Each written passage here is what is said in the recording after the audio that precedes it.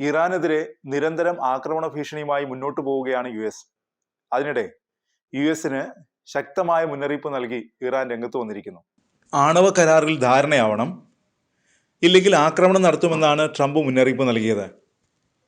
ഇതിന് മറുപടിയുമായാണ് ഇറാൻ രംഗത്ത് വന്നത്. വിദേശകാര്യ മന്ത്രാലയം വക്താവ് ഇസ്മായിൽ ബഗായി ആണ് മറുപടി നൽകിയത്. അധിനിവേശത്തെ അധിനിവേശമായി തന്നെ കാണും. അധിനിവേശത്തിനെതിരെ സ്വയം പ്രതിരോധിക്കാനുള്ള അവകാശം ഏത് രാജ്യത്തിനുമുണ്ട്. അതൊരു രാജ്യത്തിൻ്റെ അവകാശമാണ്. അതിൻ്റെ ഭാഗമായി ശക്തമായി തന്നെ പ്രതികരിക്കും, ഇസ്മായിൽ ബഗായി അറിയിച്ചു. നേരത്തെ ഇറാൻ്റെ വിദേശകാര്യമന്ത്രി അബ്ബാസ് അരാങ്ചിയും US-ന് മുന്നറിയിപ്പ് നൽകിയിരുന്നു. US ആക്രമിച്ചാൽ സ്വയം പ്രതിരോധം തീർക്കാൻ എല്ലാ അവകാശങ്ങളും ഇറാനുണ്ടെന്നും അബ്ബാസ് അരാങ്ചി വ്യക്തമാക്കി. അതിനിടെ US ഇറാനെ ആക്രമിക്കാൻ സാധ്യതയില്ലെന്ന തരത്തിലുള്ള റിപ്പോർട്ടുകളും വരുന്നുണ്ട്. ട്രംപിൻ്റെ വിശ്വസ്തനും ജോയിൻറ്റ് ചീഫ്സ് ഓഫ് സ്റ്റാഫിൻ്റെ ചെയർമാനുമായ ജനറൽ ഡാൻ കെയ്ൻ ട്രംപിന് മുന്നറിയിപ്പ് നൽകിയെന്നാണ് മാധ്യമങ്ങൾ റിപ്പോർട്ട് ചെയ്യുന്നത്.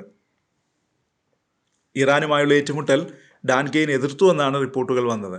ഇറാനുമായി നേരിട്ട് ഏറ്റുമുട്ടുന്നത് US-ന് തിരിച്ചടിയാകുമെന്ന് കെയ്ൻ ട്രംപിനെ ഉപദേശിച്ചതായാണ് മാധ്യമങ്ങൾ റിപ്പോർട്ട് ചെയ്തത്. US-ന് താങ്ങാനാവില്ലെന്ന് കെയ്ൻ ട്രംപിന് മുന്നറിയിപ്പ് നൽകിയെന്ന് റിപ്പോർട്ടുകൾ പറയുന്നു. എന്നാൽ ഈ റിപ്പോർട്ടുകൾ ട്രംപ് തള്ളിയിട്ടുണ്ട്. പക്ഷേ റിപ്പോർട്ട് വലിയ ചർച്ചയായി തുടരുകയാണ്.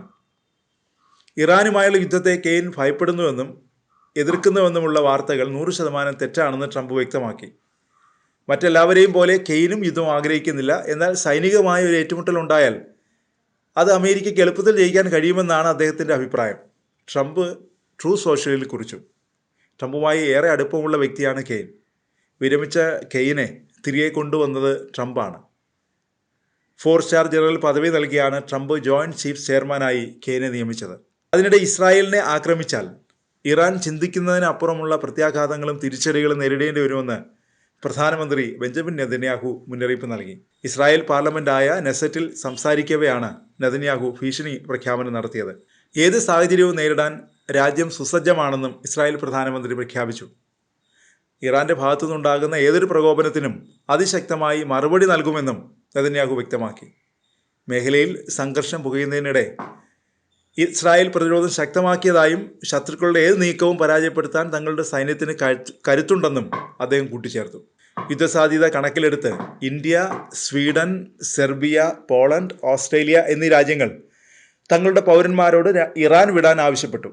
ലെബനനിലെ US എംബസി തങ്ങളുടെ ജീവനക്കാരെ ഒഴിപ്പിച്ചു തുടങ്ങി. US ആക്രമണ ഭീഷണി നിലനിൽക്കുന്ന സാഹചര്യത്തിൽ ഇറാനിലുള്ള പൗരന്മാരോട് രാജ്യം വിടാൻ ഇന്ത്യ നിർദ്ദേശം നൽകിയിരുന്നു. വാണിജ്യ വിമാനങ്ങൾ ഉൾപ്പെടെ ലഭ്യമായ മാർഗങ്ങളിലൂടെ എത്രയും വേഗം ഇറാൻ വിടാൻ ഇന്ത്യൻ എംബസി ആവശ്യപ്പെട്ടിരുന്നു.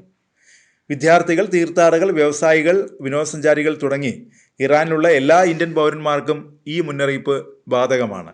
അതേസമയം ഇറാനുമായുള്ള ആണവ ചർച്ചകൾ വ്യാഴാഴ്ച ജനീവയിൽ നടക്കും.